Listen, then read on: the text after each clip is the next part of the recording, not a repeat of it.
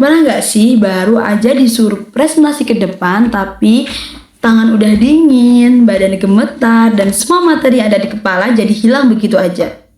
Itu yang dinamakan gugup, dan gugup itu normal dan wajar. Nah, di video kali ini aku mau nunjukin beberapa cara sederhana untuk mengurangi rasa gugup sebelum maju presentasi atau berbicara di depan umum.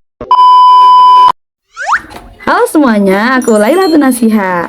Aku mahasiswa semester 4 Program Studi Pendidikan Bahasa dan Sastra Indonesia Universitas Idar.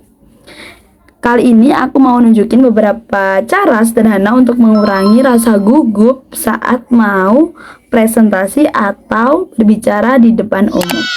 Jadi yang pertama adalah persiapan, latihan, dan kuasai materi. Jadi latihan dan persiapan itu sangat penting ya, karena dimana kita paham dan tahu isi materi, maka rasa gugup akan berkurang dengan sendirinya. Jadi usahakan sebelum teman-teman berbicara atau presentasi di depan umum, itu pahami materi, mepetnya nggak paham sama materi ya paham poin-poin penting. Yang kedua, latihan bisa di depan kaca atau di depan teman. Yang ketiga, baca dulu materi sebelum akhirnya maju ke depan. Nah, yang kedua adalah memulai berbicara itu dengan intonasi yang pelan. Jangan atau hindari memulai pembicaraan, berbicara di depan umum itu intonasinya cepat. Karena saat gugup, pembicara itu akan otomatis kayak refleks meningkatkan intonasi berbicaranya. Itu di sebagian orang ya teman-teman seperti itu. Jadi kalau di awal udah memulai dengan intonasi yang cepat, itu akan menyebabkan ketika gugup intonasinya akan tambah cepat. Dan apa yang akan terjadi?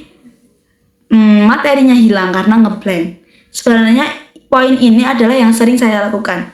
Karena saya itu nggak bisa memulai berbicara itu dengan intonasi yang pelan. Entah kenapa bibir saya ini sulit sekali memulai berbicara itu dengan intonasi yang pelan gitu, sangat susah. Sebenarnya ini kita belajar bersama-sama ya teman-teman, karena saya sendiri sebenarnya juga nggak ahli soal berbicara atau presentasi. Tapi ini adalah waktu kita untuk belajar bersama-sama. Nah, yang ketiga adalah atur nafas sebelum berbicara dengan cara tarik nafas pakai hidung, keluarkan dari mulut. Nah, cara sederhana ini membantu tubuh kita untuk lebih rileks agar tidak terlalu gugup saat berbicara atau presentasi. Yang keempat adalah jangan takut salah. Ya, sebagian orang kalau mau berbicara atau presentasi itu suka berpikir nanti gimana ya kalau salah. Nah, pikiran-pikiran seperti itu yang harus dihilangkan teman-teman, karena sebenarnya audiens itu nggak terlalu fokus ke kesalahan-kesalahan kecil, tapi kejelasan dan keruntutan materi. Jadi untuk teman-teman yang mau berbicara di depan umum, usahakan materi yang disampaikan itu jelas dan terstruktur. Kalau pikiran-pikiran yang takut salah itu sebaiknya dihilangkan. Karena kalau udah berpikir takut salah, rata-rata sebagian orang itu malah langsung jadi kehilangan materi yang ingin disampaikan. Dan cara yang terakhir adalah anggap audiens sebagai teman ngobrol biasa. Karena